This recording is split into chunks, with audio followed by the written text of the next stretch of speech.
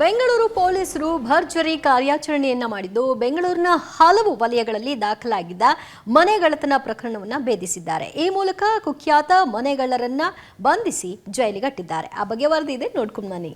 ಎಣ್ಣೆ ಹೊಡೆಯಲು ದುಡ್ಡಿಲ್ಲದಕ್ಕೆ ಮನೆಗಳ್ಳತನ. ಜೈಲಿಂದ ಹೊರಬಂದ 13 ದಿನದಲ್ಲೇ ಕೈಚಳಕ. 4 ಮನೆ ಕಳ್ಳತನ ಮಾಡಿದ ಖತರ್ನಾಕ್ ಕಳ್ಳ. ಸಿಲಿಕಾನ್ ಸಿಟಿಯಲ್ಲಿ ಮನೆಗಳ್ಳತನ ಪ್ರಕರಣಗಳು ಹೆಚ್ಚಾಗ್ತಿವೆ. ಎಣ್ಣೆ ಹೊಡೆಯಲು ದುಡ್ಡಿಲ್ಲ ಅಂತ ಮನೆ ಕಳ್ಳತನ ಮಾಡ್ತಿದ್ದ ಆರೋಪಿ ಪೊಲೀಸರ ಅತಿಥಿಯಾಗಿದ್ದಾನೆ.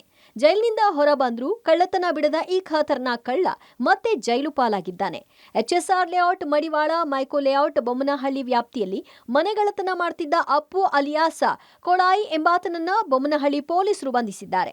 ಬಂಧಿತನಿಂದ 50 ಲಕ್ಷ ಮೌಲ್ಯದ ಚಿನ್ನಾಭರಣ, 1.5 ಲಕ್ಷ ಮೌಲ್ಯದ ವಿದೇಶಿ ಕರೆನ್ಸಿ ಸೀಸ್ ಮಾಡಲಾಗಿದೆ. ಪ್ರಾವಿಷನ್ ಸ್ಟೋರ್ ಇಟ್ಟಿರುವವರೇ ಟಾರ್ಗೆಟ್. ಗಮನ ಬೇರೆಡೆ ಸೆಳೆದು ಕಳ್ಳತನ ಮಾಡ್ತಾರೆ. ಇತ್ತ ಬಾಗಲಗುಂಟೆ ಪೊಲೀಸರು ಮನೆಗಳ್ಳತನ ಪ್ರಕರಣ ಬೆನ್ನತ್ತಿ ಆರೋಪಿಯನ್ನ ಬಂಧಿಸಿದ್ದಾರೆ.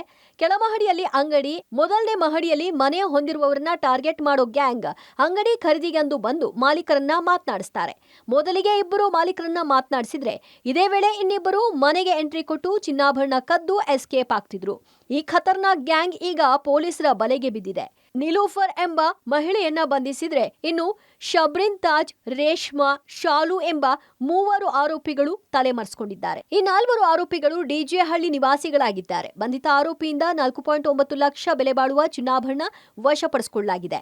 ಮನೆಗಳ್ಳತನ ಮಾಡ್ತಿದ್ದ ರೌಡಿ ಶೀಟರ್ ಅಂದರ್ 12 ಲಕ್ಷ ಬೆಲೆ ಬಾಳುವ ಚಿನ್ನಾಭರಣ ವಶಕ್ಕೆ. ಇನ್ನು ಮನೆಗಳ್ಳತನ ಮಾಡ್ತಿದ್ದ ರೌಡಿ ಶೀಟರ್ ನರಸಿಂಹ ರೆಡ್ಡಿಯನ್ನ ಪೊಲೀಸರು ಬಂಧಿಸಿದ್ದಾರೆ.